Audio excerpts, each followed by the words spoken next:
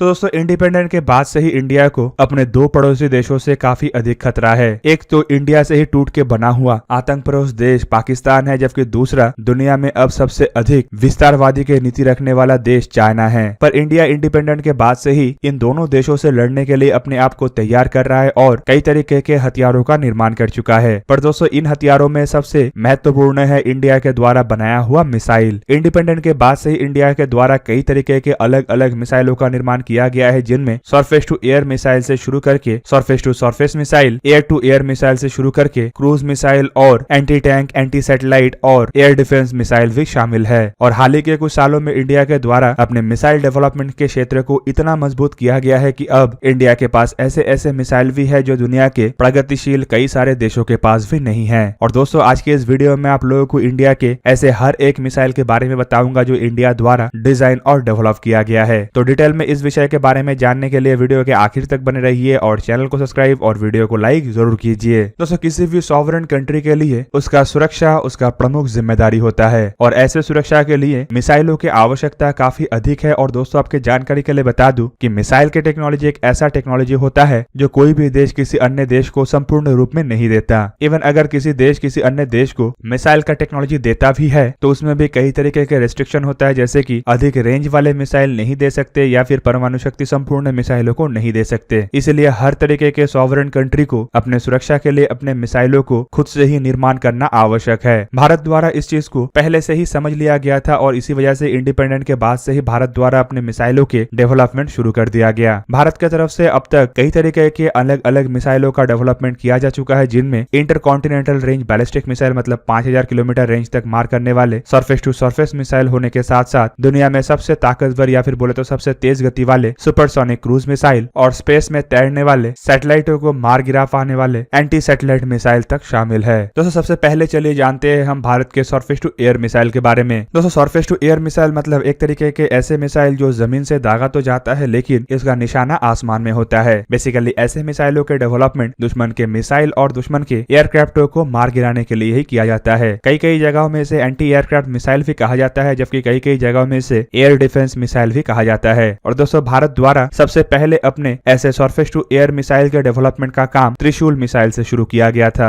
Basically Trishul missile एक short range surface to air missile है जो 9 किलोमीटर के रेंज में ऑपरेट हो सकता है। दोस्तों 80 के दशक में इन मिसाइलों के डेवलपमेंट का काम शुरू किया गया था और 2005 में मिसाइलों के कई सारे सक्सेसफुल परीक्षण भी किया गया। पर 2008 में मिसाइल के प्रोग्राम को रद्द कर दिया गया क्योंकि तब तक भारत को इस तरीके के मिसाइल की आवश्यकता नहीं रहा और भारत को अधिक रेंज वाले और इससे भी अधिक ताकतवर मिसाइल की आवश्यकता आया। पर दोस्तों ये जो मिसाइल का डेवलपमेंट का इतिहास है ये इंडिया के द्वारा अब तक बनाया हुआ हर तरीके के सरफेस टू एयर मिसाइल के सक्सेस के पीछे का कारण है। दोस्तों त्रिशूल मिसाइल के बाद नाम आता है आकाश मिसाइल का। प्रेजेंटली अगर देखा जाए तो आकाश मिसाइल के कई तरीके के वेरिएंट है और इंडियन आर्म फोर्स में सबसे अधिक मात्रा में इस्तेमाल किए जाने वाले सरफेस टू एयर मिसाइल भी आकाश है। दोस्तों आकाश मिसाइल के अगर अलग अलग वेरिएंटों को देखा जाए तो इसका 1S, मार्क 2 और NG जैसे मिसाइल सबसे प्रमुख है। आकाश 1S एक 18 से 30 किलोमीटर तक मार करने वाला मिसाइल है, जबकि आकाश मार्क 2 को लेकर कहा जाता है कि ये कम से कम 50 किलोमीटर तक दुश्मन के टारगेट को निशाना बना सकेगा, जबकि आकाश NG मिसाइल 50 से 80 किलोमीटर के डिस्टेंस तक दुश्मन को तबाह करने में सक्षम है। दोस्तों नेक्स्ट नाम आता है बराक 8 मिसाइल का। वैसे तो ये नाम सुन के आपको लग सकता है कि ये स्वदेशी मिसाइल नहीं है, पर आपके जानकारी के लिए बता दूं कि इस मिसाइल का डेवलपमेंट इंडिया और इजराइल के द्वारा ज्वाइंटली किया गया है। मतलब ये संपूर्ण रूप में स्वदेशी नहीं है लेकिन ये विदेशी मिसाइल भी नहीं है। बराक 8 एक लॉन्ग रेंज का सरफेस टू एयर मिसाइल है जो कि करीबन 100 किलोमीटर रेंज में टारगेट को निशाना बनाने में सक्षम है। फिलहाल बराक 8 के भी कई तरीके के वेरिएंट है, जिनमें बराक 8 को नेवी के लिए बनाया गया है, जबकि इसके MRSAM मतलब medium range surface to air missile को आर्मी और एयरफोर्स के लिए बनाया गया है और इसके LRSAM या फिर कहे तो बराक 8 ER का डेवलपमेंट भी चल रहा है। दोस्तों बराक 8 सीरीज के मिसाइलों से आगे बढ़े तो हमारे सामने नाम आता है मैत्री मिसाइल का, जो बेसिकली एक quick reaction surface to air missile है और इसे defence research and development organisation की तरफ से short range surface to air missile के रूप में डेवलप किया जा रहा था। पर QRSAM और VLSRSAM जैसे मिसाइलों के डेवलपमेंट के बाद एक तरीके से इस प्रोजेक्ट को रद्द कर दिया गया। दोस्तों बात अगर हो ही रहा है तो चलिए अब जानते हैं QRSAM और VLSRSAM के बारे में। QRSAM का फुल फॉर्म है quick reaction surface to air missile. इसे defence research and development organisation मतलब DRDO, Bharat electronic limited, Bharat dynamic limited की तरफ से jointly specifically Indian arm forces के लिए बनाया गया है। ये काफी तेज रफ्तार से रिएक्ट करने वाला एक ऐसा मिसाइल है जो 360 डिग्री कवरेज में हर तरीके के हवाई खतरे को न्यूट्रलाइज कर सकता है। रिपोर्टों के मुताबिक 2020 से ही इन मिसाइलों को इंडिया के बेड़े में शामिल कर लिया गया है, जबकि इसका प्रोडक्शन 2021 से शुरू हो चुका है। सॉलिड फ्यूल्ड इस तरीके के मिसाइल के ऑपरेशनल रेंज करीबन 3 किलोमीटर से 30 किलोमीटर तक है और ये 30 मीटर से लेके 10 किलोमीटर के ऑल्टीट्यूड तक किसी भी हवाई खतरे को न्यूट्रलाइज कर सकता है। दोस्तों इसके बाद अगर VLSRSAM को देखें तो इसका फुल फॉर्म है vertical launch short range surface to air missile, जो basically Astra air to air missile के बेस पे बनाया गया है और इसे भी एक तरीके से क्विक रिएक्शन मिसाइल कहा जा सकता है। इसके डेवलपमेंट का काम defence research and development organisation द्वारा ही किया गया है। बेसिकली इन मिसाइलों को बराक 1 जैसे मिसाइलों को रिप्लेस करने के लिए डिजाइन और डेवलप किया गया है और माना जा रहा है कि 2022 तक इसे इंडिया के बेड़े में शामिल कर लिया जाएगा। रिपोर्टों के मुताबिक ऐसे मिसाइल का रेंज करीबन 40 किलोमीटर तक हो सकता है, जबकि कई जगहों में इसका रेंज 50 किलोमीटर भी कहा जा रहा है। दोस्तों सरफेस टू एयर मिसाइल के लिस्ट में सबसे आखिर में नाम आता है भारत के नेक्स्ट जनरेशन के long range surface to air missile मतलब XRSAM का। फिलहाल ये एक अंडर डेवलपमेंट प्रोजेक्ट है जो बेसिकली इंडिया का खुद का S-400 होगा। कई जगहों में इसे लेके बताया जा रहा है कि ये मिसाइल बराक 8 और S-400 के बीच का जो गैप है, मतलब 100 किलोमीटर रेंज से लेके 400 किलोमीटर रेंज के बीच का जो गैप है, उसे पूरा करने के लिए defence research and development organisation की तरफ से डेवलप किया जा रहा है। बेसिकली मिसाइल को लेके कहा जा रहा है कि इसका रेंज कम से कम 350 किलोमीटर तक होगा और ये शायद 2024 तक सर्विस में आ जाए। और इन मिसाइलों का इस्तेमाल करता खाली इंडिया के आर्मी या एयरफोर्स नहीं होगा, बल्कि रिपोर्ट के मुताबिक नेवी में भी ऐसे मिसाइलों को शामिल किया जाएगा। दोस्तों सरफेस टू एयर मिसाइल का बात हो गया है तो चलिए अब जानते हैं भारत के सरफेस टू सरफेस मिसाइल के बारे में, जो बेसिकली 2 श्रेणी में डिवाइडेड होता है, जिनमें एक तो होता है बैलिस्टिक मिसाइल जबकि दूसरा होता है क्रूज मिसाइल। दोस्तों इंडिया के मिसाइल डेवलपमेंट के इतिहास को देखा जाए तो सबसे पहले इंडिया के द्वारा बैलिस्टिक मिसाइल के डेवलपमेंट ही शुरू किया गया था। दोस्तों इंडिया के द्वारा सबसे पहले जिस मिसाइल का डेवलपमेंट किया गया था वो पृथ्वी मिसाइल के नाम से पहचाना जाता है। फिलहाल पृथ्वी मिसाइल के टोटल 3 वेरिएंट है, जिन्हें हम पृथ्वी 1, पृथ्वी 2 और पृथ्वी 3 के नाम से पहचानते हैं। बेसिकली इनमें पृथ्वी 1 सबसे पहला और इंडिया के शॉर्टेस्ट रेंज बैलिस्टिक मिसाइल है, जिसका रेंज करीब 150 किलोमीटर तक है और ये 1000 किलोग्राम के पेलोड को लेकर उड़ान भर सकता है। रिपोर्टों के मुताबिक फिलहाल भारत के एक्टिव सर्विस से पृथ्वी 1 मिसाइलों को हटा लिया गया है। दोस्तों पृथ्वी 1 के बाद नाम आता है पृथ्वी 2 मिसाइल का, जो कि पृथ्वी 1 के तुलना में अधिक रेंज वाला मिसाइल है, लेकिन पेलोड की क्षमता में ये पृथ्वी 1 से थोड़ा पीछे है। रिपोर्टों के मुताबिक पृथ्वी 2 मिसाइलों के ऑपरेशनल रेंज करीब 350 किलोमीटर है, जबकि इसके पेलोड सिर्फ 500 किलोग्राम का है। पर इंडिया के द्वारा पृथ्वी 3 सीरीज के मिसाइलों में इस चीज को पूरी बदल दिया गया और रेंज को तो 350 किलोमीटर रखा गया, लेकिन साथ में इसके पेलोड को भी बढ़ा के करीबन 1000 किलोग्राम कर दिया गया है। दोस्तों फिलहाल पृथ्वी 2 और पृथ्वी 3 मिसाइलों को इंडियन आर्म फोर्सेस के द्वारा इस्तेमाल किया जा रहा है, जिनमें पृथ्वी 2 का इस्तेमाल इंडियन एयरफोर्स के द्वारा किया जा रहा है और पृथ्वी 3 का इस्तेमाल इंडियन नेवी के द्वारा एज ए नेवल मिसाइल के रूप में किया जा रहा है। जबकि दोस्तों कई जगहों में पृथ्वी 3 मिसाइल को धनुष शिप लॉन्च बैलिस्टिक मिसाइल के नाम से भी पहचाना जाता है और रिपोर्टों के मुताबिक पृथ्वी 3 और धनुष मिसाइलों के कार्य क्षमता में कोई भी डिफरेंस नहीं है और ये सिर्फ लॉन्च प्लेटफॉर्म के बेस पे ही अलग है। दोस्तों पृथ्वी मिसाइल के बाद नाम आता है अग्नि सीरीज के मिसाइल, जो कि इंडिया के द्वारा बनाया हुआ सबसे घातकतम मिसाइलों के सीरीज में पहचाना जाता है। अग्नि सीरीज के मिसाइल का शुरुआत अग्नि 1 से हुआ था।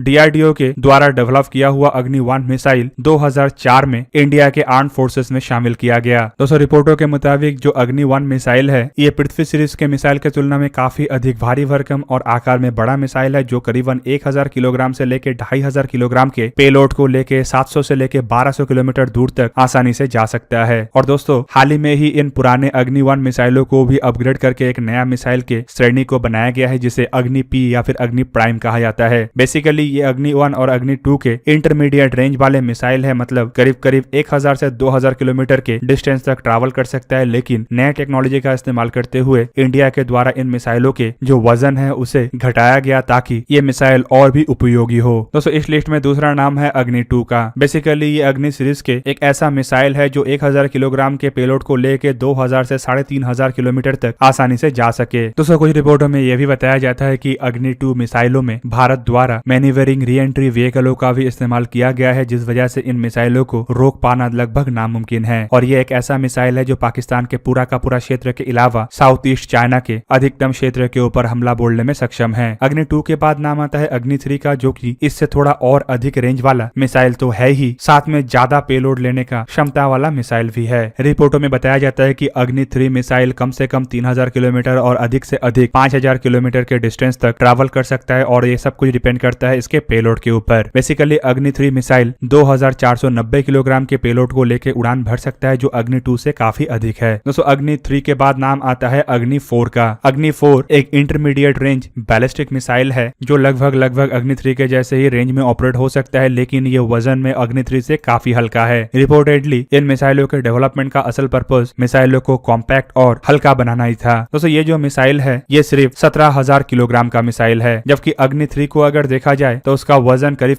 50,000 किलोग्राम है। जबकि ये जो मिसाइल है इसका रेंज भी 3,500 से 4,000 किलोमीटर तक है और ये 1 टन के पेलोड को लेकर उड़ान भर सकता है। बेसिकली अग्नि 4 मिसाइल को फ्लेक्सिबल मिसाइल के रूप में डिजाइन किया गया ताकि ये कम समय के अंदर डिप्लॉय और फायर किया जा सके। अग्नि 4 मिसाइल के बाद आता है इंडिया के सबसे ताकतवर बैलिस्टिक मिसाइल अग्नि 5 का। दोस्तों ये वही मिसाइल है जिसके हाल ही के टेस्ट का खबर सुन के ही चाइना का पसीना छूट गया। अग्नि 5 मिसाइल इंडिया का पहला इंटरकॉन्टिनेंटल रेंज बैलिस्टिक मिसाइल है और दोस्तों रिपोर्टों के मुताबिक ये मिसाइल ऑपरेशनल हो चुका है। दोस्तों ये मिसाइल को 5,500 किलोमीटर रेंज वाले मिसाइल के रूप में देखा जाता है, लेकिन चाइना का दावा है कि ये मिसाइल इससे अधिक रेंज मतलब करीबन 8,000 किलोमीटर के रेंज तक ऑपरेट हो सकता है, पर भारत द्वारा फिलहाल इसे 5,500 किलोमीटर रेंज वाले मिसाइल के रूप में ही घोषित किया गया है। दोस्तों अग्नि सीरीज के इस बैलिस्टिक मिसाइल के बाद नाम आता है Shaurya hypersonic surface to surface tactical missile का। दोस्तों ये defence research and development organisation की तरफ से बनाया गया एक ऐसा मिसाइल है जो 700 से लेके 1900 किलोमीटर के रेंज तक ऑपरेट हो सकता है और करीबन 1 टन से लेके 200 किलोग्राम के वॉरहेड तक डिलीवर कर सकता है। दोस्तों ये मिसाइल रेंज में छोटा हो सकता है, लेकिन इसका टैक्टिकल उपयोग काफी अधिक है क्योंकि इसका रफ्तार इतना अधिक है कि इसे रोक पाना लगभग नामुमकिन है। इस वजह से इसे हाइपरसोनिक मिसाइल भी कहा जाता है। दूसरी तरफ अगर देखा जाए तो भारत के द्वारा कुछ इससे भी ताकतवर मिसाइलों के डेवलपमेंट का काम किया जा रहा है, जिनमें अग्नि 6 बेसिकली 11,000 से 12,000 किलोमीटर रेंज वाले इंटरकॉन्टिनेंटल रेंज बैलिस्टिक मिसाइल होगा, जबकि इसके अलावा सूर्या नामक एक मिसाइल के ऊपर भी काम करने का बात कहा जा रहा है जो बेसिकली एक 8,000 से 17,000 किलोमीटर रेंज वाले इंटरकॉन्टिनेंटल रेंज बैलिस्टिक मिसाइल होगा। और दोस्तों बैलिस्टिक मिसाइल के लिस्ट में सबसे आखिर में नाम आता है इंडिया के शॉर्ट रेंज या फिर कहे तो टैक्टिकल बैलिस्टिक मिसाइल प्रहार मिसाइल का। बेसिकली दोस्तों ये इंडिया के द्वारा बनाया गया एक टैक्टिकल या फिर कहे तो बैटलफील्ड मिसाइल है जो 3 अलग अलग श्रेणी में डिवाइड है। इसमें 150 किलोमीटर रेंज वाले बेसिक मिसाइल को प्रहार कहा जाता है, जबकि इसके एक्सपोर्ट वर्जन को प्रगति और इसके थोड़ा अधिक रेंज मतलब 200 किलोमीटर रेंज वाले वर्जन को प्रनास कहा जाता है। दोस्तों 200 से 500 किलोमीटर के वॉरहेड लेने क्षमता वाला ये सॉलिड फ्यूल का एक ऐसा मिसाइल है जो 35 किलोमीटर के ऑल्टीट्यूड तक जा सकता है और मैक्सिमम माक 3 के रफ्तार से ट्रैवल कर सकता है। इन मिसाइलों को मल्टीपल लॉन्च ट्यूब में लगा के भी फायर किया जा सकता है, जिस वजह से इसे बैटलफील्ड या फिर टैक्टिकल मिसाइल भी कहा जाता है। दोस्तों ये तो था इंडिया के सरफेस टू एयर और बैलिस्टिक मिसाइलों का लिस्ट, जबकि इसके अलावा भी इंडिया के द्वारा cruise missile, submarine launch ballistic missile, anti satellite missile और कई अन्य छोटे और बड़े मिसाइलों का डेवलपमेंट किया गया है, जिसके बारे में मैं आप लोगों को वीडियो के दूसरे भाग में बताऊंगा। तो दोस्तों ये था आज का वीडियो। अगर आपको वीडियो अच्छा लगा तो लाइक कीजिए और मेरे चैनल को सब्सक्राइब कीजिए और साथ में बना हुआ बेल आइकन को भी प्रेस कर दीजिए ताकि आप मेरा वीडियो देख पाए सबसे पहले। जय हिंद।